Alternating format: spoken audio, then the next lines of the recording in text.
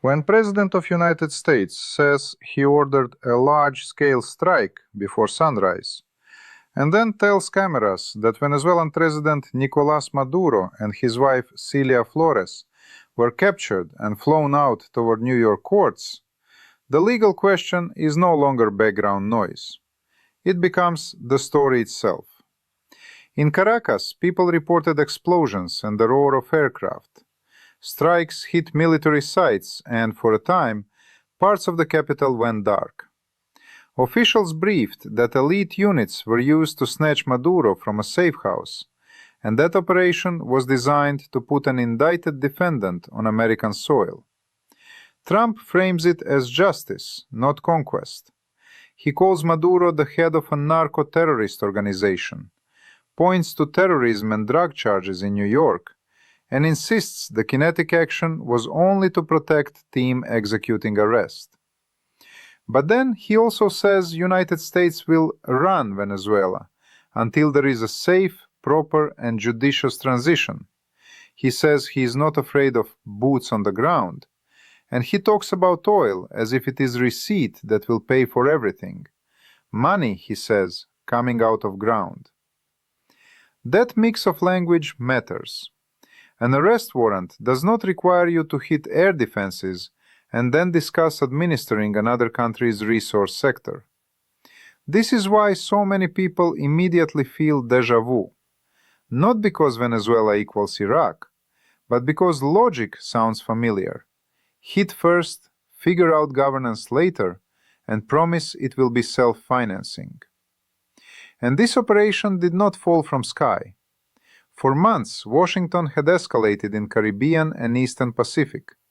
Strikes on suspected drug boats, seizure and pursuit of sanctioned tankers, and a blockade posture meant to starve Caracas of revenue.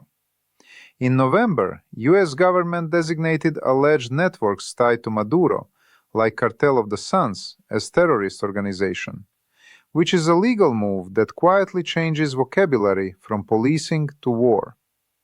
At United Nations, U.S. diplomats had already framed these transnational criminal groups as biggest threat in hemisphere and signaled that self-defense logic was on the table. So January raid is not just one dramatic night. It is culmination of an argument that drugs and sovereignty can be treated as same battlefield. And question is whether international law has any clean doorway for this, or whether we are watching strongest state step over charter and dare everyone else to stop it. International law has simple spine here, even if politicians try to make it complicated.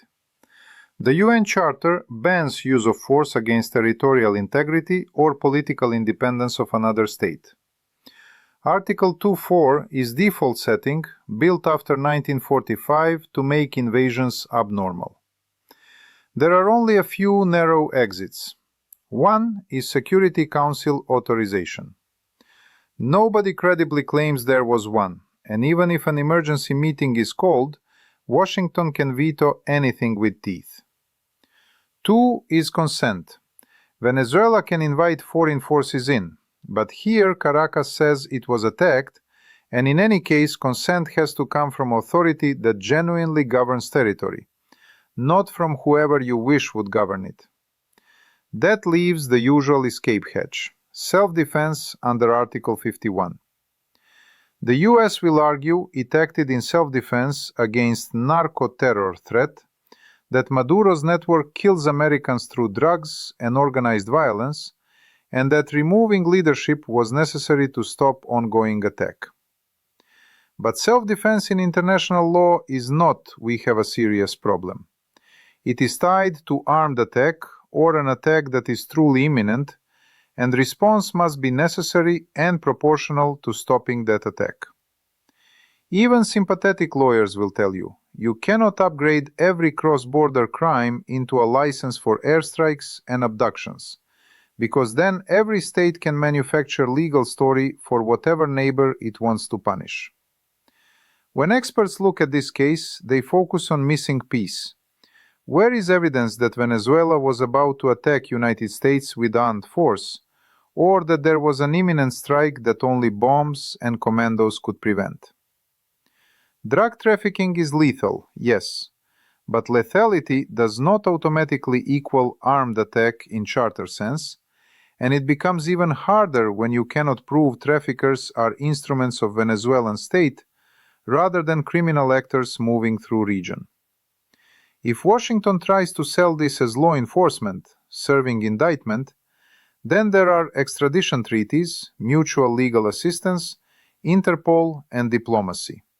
Whole point of those systems is to avoid turning courtroom into invasion plan. Here is one analogy, and then I leave it. The charter's ban on force is like circuit breaker in old building.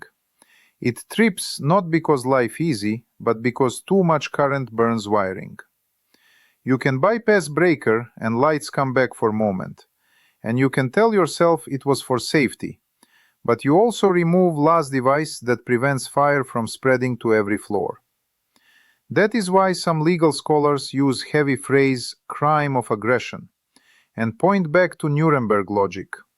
Aggression is supreme crime because it is doorway through which all the other horrors walk in, and you can dislike Maduro and still say with clear head that legal justification being floated is thin and precedent is thick. Now the uncomfortable reality.